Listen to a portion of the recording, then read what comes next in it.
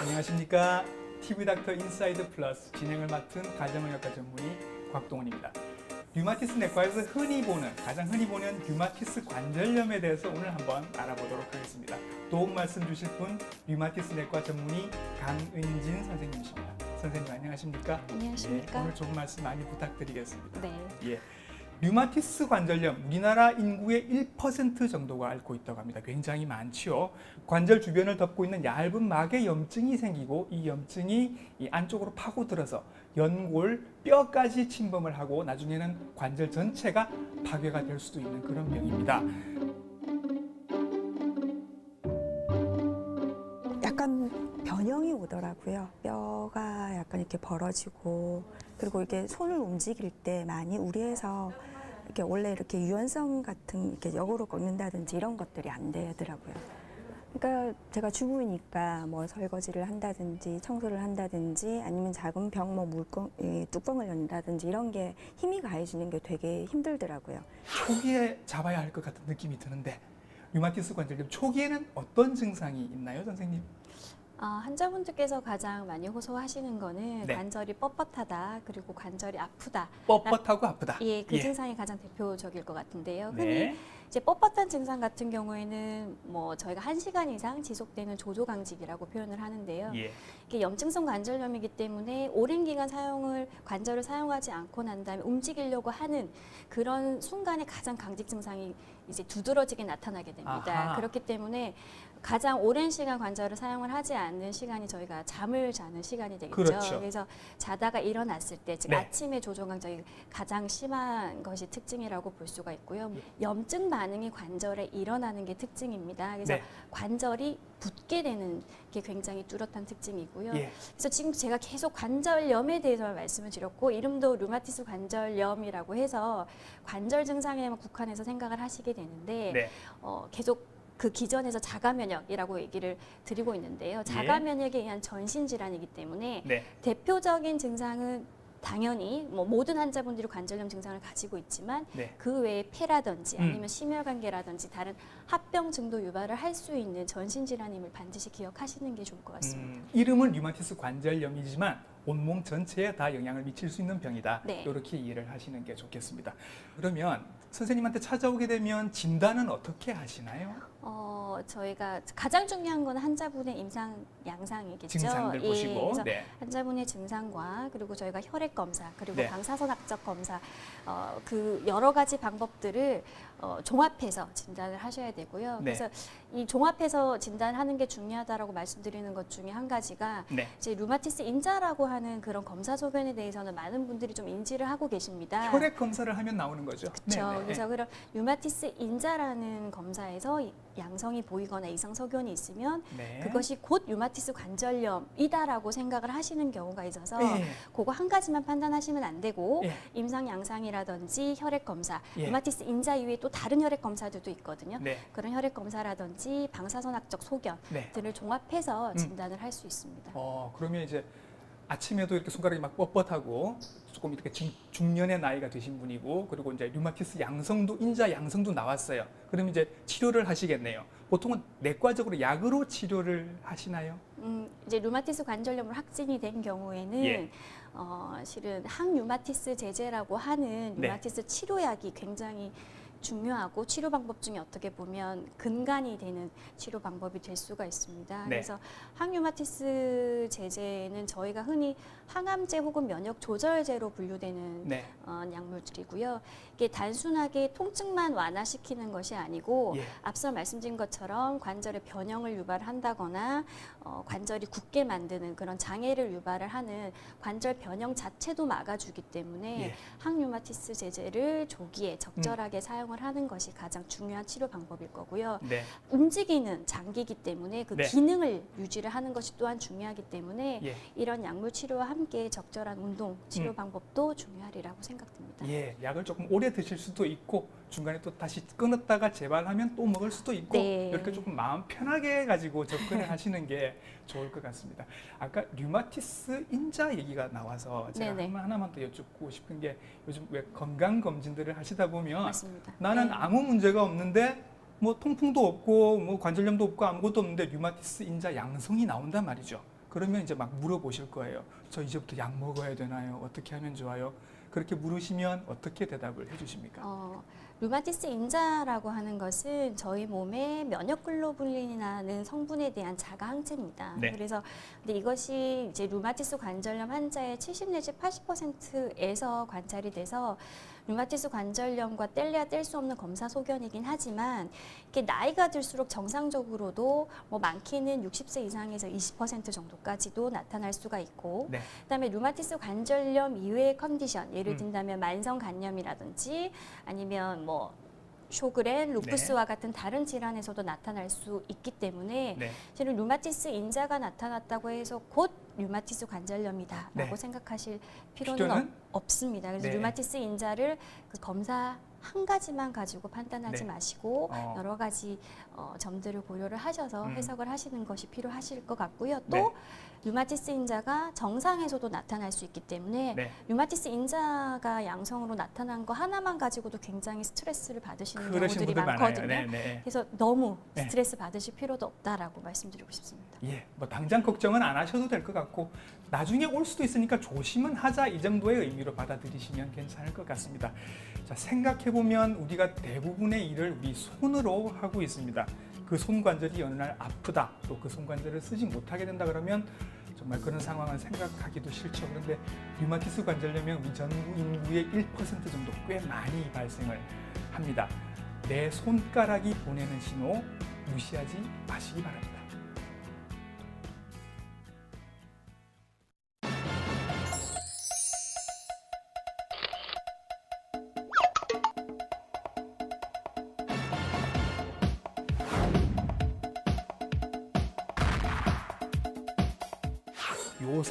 요산이 혈액을 타고 쭉 돌아다니다가 관절에 침착을 해서 결정을 이루고 그 결정이 염증을 일으키는 그런 질환입니다.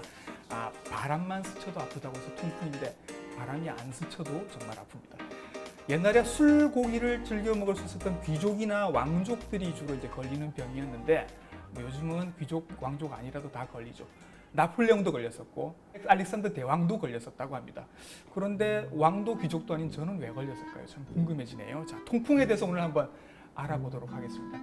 선생님, 통풍 정말 아픕니다. 네. 이름부터 아픕니다. 대표적인 증상은 통증이 맞겠죠? 네. 예. 다른 관절염에 비해서 급작스럽게 못 걸을 정도로 관절이 부으면서 아픈 게 특징이고요. 그렇더라고요. 예. 특히 이제 첫 번째 발가락에 잘 생기는 질환으로 알려져 있습니다. 네. 하지만 뭐 발등이라든지 발목이라든지 무릎이라든지 다른 관절에도 생길 수가 있고요. 네. 앞서 말씀드린 것처럼 이게 굉장히 폭발적인 염증이 생기기 때문에 예. 피부도 발그스름하게 붓고요. 네. 손만 대도 예. 아플 정도로 굉장히 심각한 통증 그리고 심한 통증이 생기는 게 특징입니다. 예. 생겼다가 저절로 나았다가 또 생기고 뭐 이런 식이 되나요? 네, 재발성 관절염으로 알려져 있고요. 예. 하지만 이런 재발의 단계에서 적절하게 조절하지 못할 경우에는 네. 만성 결절성 통풍 관절염으로도 진행을 하실 수 있습니다. 처음에는 이제 엄지발가락에 벌겋게 경직되면서 통풍인지 모르고 그냥 지내왔죠. 이렇게. 제가 뭐 사회 활동을 좀 하다 보니까 술을 많이 먹었어요. 네. 주로 독한 술, 양주를 많이 먹었어요.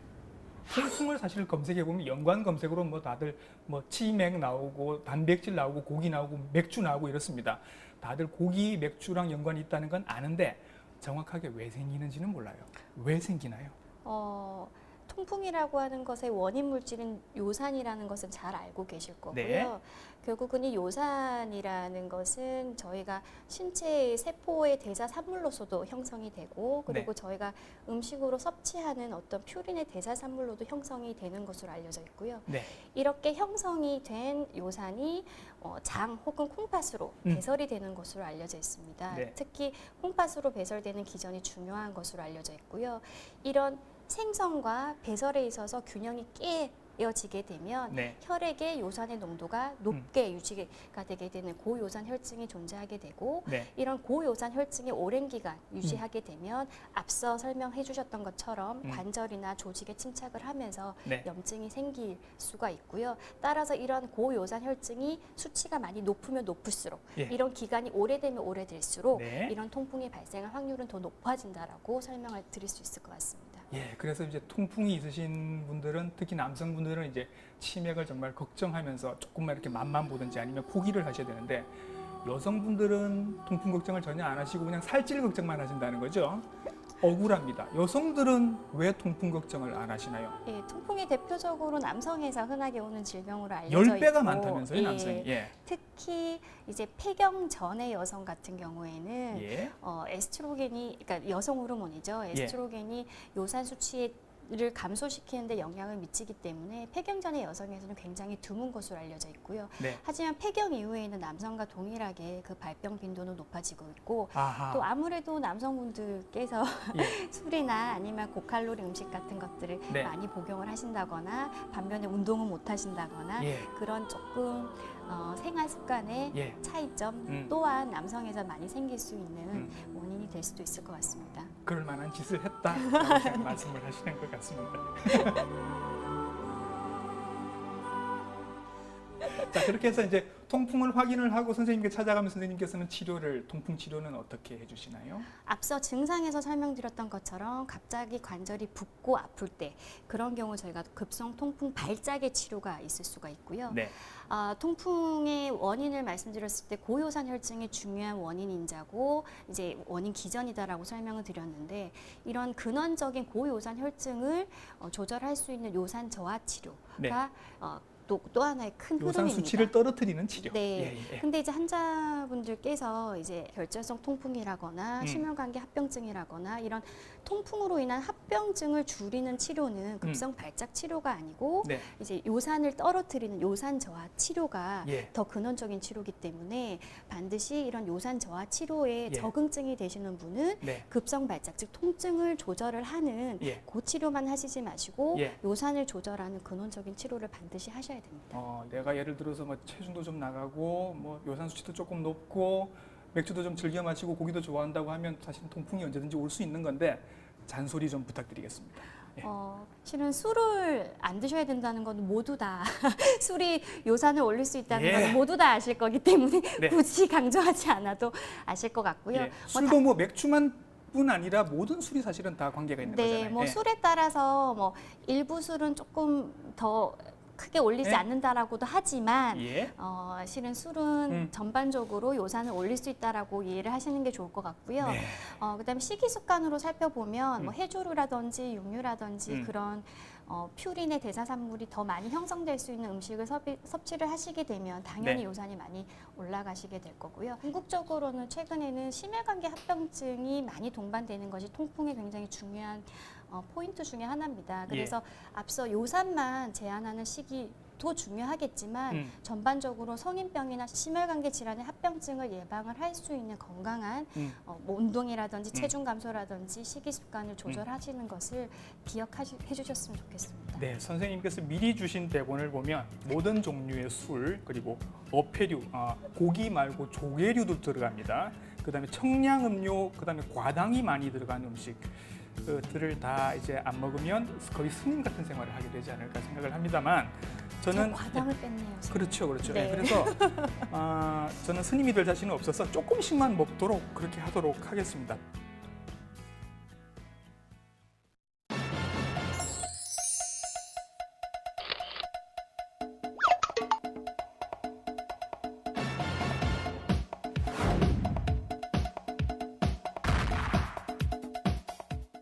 흔히 퇴행성 관절염이라고 부르는 골관절염은 관절 질환 중에서 가장 흔한 질환입니다. 부딪히거나 넘어진 적도 없는데 무릎 관절이 붓고 아프다면 한 번쯤 골관절염을 의심을 해볼 수 있습니다. 우리 몸의 관절에는요, 뼈와 뼈가 있고 그 사이에 완충 역할을 해주는 연골이 있습니다. 이 연골이 어떤 이유로 해서 닳거나 얇아지면 결국 나중에는 뼈끼리 부딪히게 되겠죠. 이게 골관절염이 되는 겁니다. 노인에게는 옛날에 흔했는데 요즘은 운동을 잘 안 하는 젊은 사람들에게도 점점 많아지고 있다고 해서 문제가 되고 있다고 하거든요. 그래서 한번 알아봅니다. 선생님, 골관절염, 발음이 어려워서 퇴행성 관절염, 골관절염. 증상은 보통 아픈 건가요? 네, 아프고 뻐근하고 뻣뻣한 증상을 호소를 하시고요. 예. 주로 이제 골관절염 같은 경우에는 저희가 체중을 지탱을 하거나 많이 사용하는 관절에 주로 발생을 하기 때문에 뭐 무릎이나 네. 고관절이나 네. 아니면 손가락 마디 관절에서 네. 발생을 하고요. 그래서 무릎을 예로 든다면 계단을 오르내릴 때, 특히 올라갈 때보다 내려갈 때 네. 통증을 더 많이 호소를 하시게 되고요. 예. 그다음에 심해지면 무릎이 아까 말씀하신 것처럼 예. 붓는다든지 물 찬다고 뭐 네, 표현하죠. 네, 그러실 수 있고요. 고관절 같은 경우에는 이제 골관절염이 발생을 하게 되면 소위 말하는 저희 그 양반다리 예, 같은 예. 그런 포즈가 잘 안 되실 수도 고관절은 있고 이제 여기를 말하는 거죠. 네, 예, 예. 네. 그리고 뭐 걸음걸이가 약간 조금 부자연스럽게 바뀌신다거나 그러실 수 있고요. 뭐 무릎 관절, 고관절, 손가락 말씀하셨는데 주로 우리가 흔히 많이 쓰는 네. 그리고 몸무게가 굉장히 많이 지탱이 되는 네, 그런 네. 관절들에 이제 문제가 생기는군요. 네, 네. 손가락에 생기면 아까 그 우리가 첫 시간에 류마티스 관절염 할 때 네, 거기도 네. 손가락 얘기를 했었거든요. 맞습니다. 예. 구별이 되나요? 관절이 침범하는 부위로도 저희가 구분을 할 수가 있고요. 그래서 예. 골관절염은 원위지, 손 끝마디에서 잘 발생을 하고 네. 류마티스 관절염 같은 경우에는 이제 손 중간막이나 중수지 관절, 손목과 같은 네. 관절이 조금 더 잘 침범하는 것으로 알려져 있고 예. 증상의 차이도 보면 골관절염에서 관절이 딱딱하게 부어 있습니다. 그래서 예, 예. 환자분들이 손이 부었어요, 혹은 주먹을 못 쥐나요? 예, 예, 예, 예, 관절이 변형이 왔어요라고 오셨을 때 예, 예. 보면 딱딱하게 관절이 커져 있는 양상인데요. 아, 류마티스 관절염 같은 경우에는 예.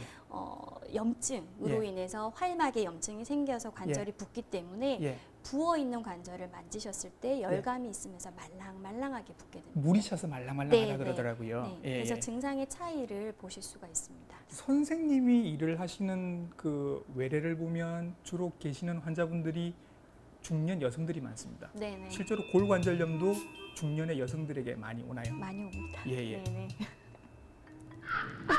예, 간단하게. 예. 자, 그래서 관절염 하면 또 우리가 바로 생각이 나는 게 파스입니다. 네네. 붙이고 일단 보자라고 생각을 하시거든요. 네네. 정말 많이 쓰시는데 이거 효과 있나요? 네, 효과가 있을 수 있고요. 예. 특히 국소적으로 통증이 있다거나 특히 저희가 골관절염의 치료에 있어서 사용하는 약물들을 복용하기 힘드신 경우에 예. 이런 파스 같은 것으로 통증을 완화하시는 데 도움을 받으실 수 있습니다. 예. 근데 뭐 파스로 다 해결이 될 건 아니니까. 네. 그러니까 이제 골관절염이나 퇴행성 관절염이 있으신 분들은 결국은 이제 나중에 조금 더 전문적인 치료를 받으실 텐데 막 효과가 있다 없다 말씀들도 굉장히 많이 하시고 해서 전문적으로는 어떤 치료들을 해주시나요? 크게는 이제 비약물적 요법 그리고 약물적 요법으로 구분을 할 수가 있을 것 같습니다. 네. 비약물적 요법으로는 체중 감소나 네. 그다음에 운동이 중요하겠고 필요하시다면 저희가 지팡이라고 하죠. 지팡이라거나 깔창, 인솔이라고 하는 그런 것들도 사용을 하셨을 때 예. 통증을 완화시키는 데 도움을 받으실 수 있고요. 예. 약물적 요법은 실은 증상을 완화하는 것이 주요한 목적입니다. 현재까지 골관절염의 중요한 원인 부위가 되는 연골을 재생하는 약물은 현재까지는 개발되어 있지는 않아서요. 예. 통증을 완화하는 것이 주요한 치료의 목표가 되겠고 예. 그러한 통증을 완화하기 위해서 아세타미노펜이나 아니면 네. 소염제와 같은 여러 예. 가지 다양한 통증 약물들을 사용을 하게 되고요. 치료 방법 말씀하실 때 제일 먼저 말씀하셨던 게 운동이었습니다. 관절이 이미 아픈데 어떻게 운동을 하란 말이야 궁금하실 것 같아서 어떤 운동을 어떻게 하면 좋을까요? 참 이런 말씀을 드릴 때 가장 제가 어려운데요. 예. 환자분의 개개인의 운동 강도와 운동 종류와 운동량이 다르기 때문에 실은 일괄적으로 얘기하기는 힘들지만 꾸준하게 적절하게 관절에 자극을 줄 수 있는 운동은 네. 실은 관절 연골의 파괴라든지 관절 기능의 완화에 도움이 되기 때문에 지속적으로 운동해 주시는 게 좋고요. 네. 그래서 예를 들자면 손 같은 경우에는 손을 뭐 구부리고 편다거나 아니면 손 스트레칭 하는 것처럼 네. 왜냐면 나중에 관절이 많이 안 좋으면 이렇게 주먹이 잘 안 안 되죠. 네, 지어지시거든요. 네. 그래서 네. 주먹을 쥘 수 있을 정도로 꾸준하게 손을 오므리고 펴시는 운동도 굉장히 중요하시고요. 예. 무릎 같은 경우에는 걷는 운동이 저희가 가장 많이 말씀을 드리겠죠. 아하. 그래서 뭐 오르막길이 힘드시다 그러면 음. 평지라도 꾸준하게 걷는 네. 것이 중요하시고요. 예. 그다음에 수영이라든지 아쿠아로빅이라든지 실은 무릎 같은 경우에 체중의 부하를 이겨내야 되기 때문에 네. 평지에서라든지 일반적으로 걷는 운동이 힘드신 경우에는 물속에서 하시는 운동도 도움이 되실 것 같고 예. 자전거 타기라거나 네. 그런 운동들을 통해서 대퇴사근을 강화시키는 운동을 많이 하시면 무릎 골관절염에 유용한 효과를 보실 수 있으실 겁니다. 저는 주말마다 산에를 가는데 내려올 때 굉장히 조심을 합니다. 미끄러질까 봐 조심을 하는 것도 있지만 산에 오래 다니고 싶기 때문에 제 무릎 관절을 보호하는 의미에서라도 굉장히 조심을 하는 경향이 있거든요. 아껴 써야지 하는 생각으로. 무릎 관절은, 무릎 연골은 재생이 되지 않습니다. 계속 이렇게 소모되는 조직이거든요.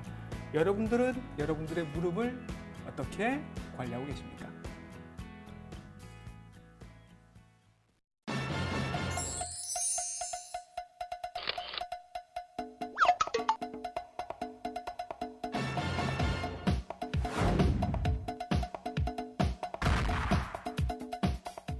강직성 척추염이라고 들어보셨습니까? 좀 생소하신 병이죠. 척추는 원래 아주 유연해야 하는데 이 척추에 염증이 생겨서 마디마디가 딱딱하게 굳으면 척추가 유연하게 움직이지 않고 강직이 되는 그런 병을 말합니다. 약간 낯설은 병명입니다. 강직성 네. 척추염. 우리나라에 한 4만 명 정도 환자들이 있다고 하는데요. 어떤 증상? 아픈가요? 대표적인 증상은 네. 골반통과 요통이 나타나실 수가 있고요. 예. 이러한 통증의 양상이 좀 특이적입니다. 저희가 염증성 양상이라고 얘기를 하는데 40세 이전에 나타나고 오랜 기간 동안에 사용하지 않고 움직이려고 할 때 굉장히 통증이 뚜렷하게 뻣뻣하게 나타나실 수 있고 오히려 예. 움직이시고 나면 통증이 완화되는 그런 증상을 보이실 수가 있고요. 예. 이러한 강직성 척추염은 골반이나 척추와 같은 관절 증상 이외에도 네. 포도막염과 같은 눈의 염증이라거나 그다음에 늑연골 부위에도 염증이 와서 갈비뼈 쪽에도 와서 네, 심폐 기능을 떨어뜨린다거나 예. 무릎이나 발목과 같은 다른 말초 관절에도 염증을 유발할 수가 있습니다. 예, 이름은 강직성 척추염인데 뭔가 척추에 국한되지 않고 전신으로 영향을 미치는 그런 병인 것 같습니다. 환자가 4만 명 정도로 거의 대부분의 환자가 젊은 남자들이 많다 이렇게 얘기를 하고 있는데 왠지 이렇게 젊은 사람이 많으면 유전이 있을 것 같은 느낌이거든요. 유전적인 영향이 있나요? 예, 유전적인 소인이 있는 것으로 알려져 있고 특히 저희가 HLA-B27이라고 하는 유전인자가 이런 예. 강직성 척추염의 질병의 발병에도 굉장히 영향을 미치는 것으로 알려져 있고 진단에도 유용하게 사용하는 검사입니다. 예. 하지만 이 유전인자가 있다라고 해서 모두 다 강직성 척추염으로 진행을 하는 것은 아니기 때문에 네. 이 유전인자 혹은 가족분 중에 강직성 척추염이 있다고 해서 모두 다 가족분들이 모두 다 강직성 척추염이 발병할 거라는 막연한 불안감은 가지지 않으셔도 됩니다. 예, 이런 검사를 뭐 그냥 괜히 건강검진처럼 하시는 분은 잘 안 계실 것 같아서 네. 그런 걱정은 안 하셔도 될 것 같습니다. 그런데 젊은 사람에게 생긴다고 하니까 젊은 남성들은 그렇다 치고 젊은 여성에게 생기면 임신 출산도 걱정을 하시지 않을까 해서 별 문제는 없을까요? 네, 뭐 강직성 척추염 때문에 내가 임신과 출산을 하지 않으면 안 될까 그런 불안감은 가지지 않으셔도 되고요. 예. 물론 골반이나 척추에 영향을 미치기 때문에 출산 과정에서 영향을 받을 수 있는 부분이 있습니다만은 충분히 건강한 임신과 출산이 가능하시고요. 예. 하지만 이런 강직성 척추염을 치료하는 과정에서 저희가 소염 진통제라든지 아니면 생물학적 제제와 같은 주사 치료 제제를 사용을 할 수 있기 때문에 예. 출산 혹은 수유 이 과정에 있어서 그런 약물의 조절은 필요할 수 있기 때문에 예. 담당 주치의와 상의하셔서 진행을 하시면 예. 건강한 임신과 출산 얼마든지 가능하십니다. 여러분, 여성 여러분 하실 수 있답니다. 그러니까 걱정하지 마시고 주사 치료, 뭐 생물학적 제재 이런 걸 말씀을 하셔서 사실 강직성 척추염이 진행이 많이 되면 허리를 제대로 펴지를 못해서 똑바로 누워서 자는 것도 힘들고 목을 이렇게 세우는 것도 힘들다라고 할 정도로 굉장히 힘든 병인가 봅니다. 치료를 어떻게 하시는지 궁금하거든요. 운동 치료와 약물 치료가 굉장히 주요하고요. 예. 앞서 이름에서 얘기하는 것처럼 이게 강직을 유발을 하기 때문에 네. 꾸준하게 스트레칭이라든지 유연성을 유지할 수 있는 운동과 바른 자세를 유지하는 것이 굉장히 중요하고요. 네. 약물적으로는 저희가 흔히 사용을 하는 소염 진통제, 이게 뭐 저희가 두통약으로도 쓰고 감기약으로도 쓰고 일본 간절통 약으로도 쓰지만 네. 강직성 척추염에서는 만성적인 염증을 지속적으로 조절하기 위한 치료약제의 목적으로 사용을 합니다. 그래서 소염 진통제를 꾸준하게 복용을 하셔야 되고, 소염 진통제 가지고도 증상이 충분히 조절되지 않는다라고 한다면 항TNF 제제나 네. 아니면 인터루킨 17을 차단하는 약물들과 같은 네. 생물학적 제제들도 빠르게 사용을 할 수 있기 때문에 그리고 그 효과도 좋은 것으로 알려져 있습니다. 그래서 주치의와 상의를 하셔서 네. 적절한 약물과 주사 치료를 병행하신다고 그런다면 좋은 치료 효과를 보실 수 있습니다. 예, 또 어려운 이름의 약들이 나왔는데 이런 약들을 잘 쓰셔서 치료를 잘 해주시면 좋겠습니다. 류마티스 관절염이나 골관절염 같은 경우는 환자분들이 조금 연세도 있으시고 하니까 운동을 하라고 말씀드리기가 조금 어려울 때도 있는데, 강직성 척추염은 젊은 환자들이 많으니까 이런 운동을 하세요 하면 잘 따라올 것 같은 느낌이라는 거죠. 어떤 운동을 하면 좋고 또 피해야 될 운동도 있나요? 지속적으로 유연성을 유지할 수 있는 예. 스트레칭 등은 꾸준하게 네. 지속적으로 해주시는 게 중요하고요. 예. 수영과 같은 운동도 굉장히 도움이 되실 수 있습니다. 네. 근데 반면에 뭐 축구나 뭐 농구나 이렇게 부딪히거나 다칠 수 있는 운동은 주의를 하실 필요가 있으실 것 같습니다. 네. 주변에서 젊은 남성들이 허리가 아프다라고 얘기를 하면 그냥 별 생각 없이 젊은 사람들이 허리가 약해서 되겠어? 뭐 남자는 허리가 생명인데 이런 얘기를 그냥 별 생각 없이 하시는 경우가 있습니다. 오늘 말씀드렸는데 강직성 척추염은 젊은 남성에게 생길 수 있는 아주 심각한 척추 질환이고 전신 질환으로 퍼질 수도 있는 병입니다. 젊은이들도 허리가 심각하게 아플 수 있다는 거 다들 알아주시기 바랍니다. 자, 오늘 좋은 말씀에 류마티스 내과 전문의 강은진 선생님과 함께했습니다. 선생님 오늘 수고 많으셨습니다. 감사합니다.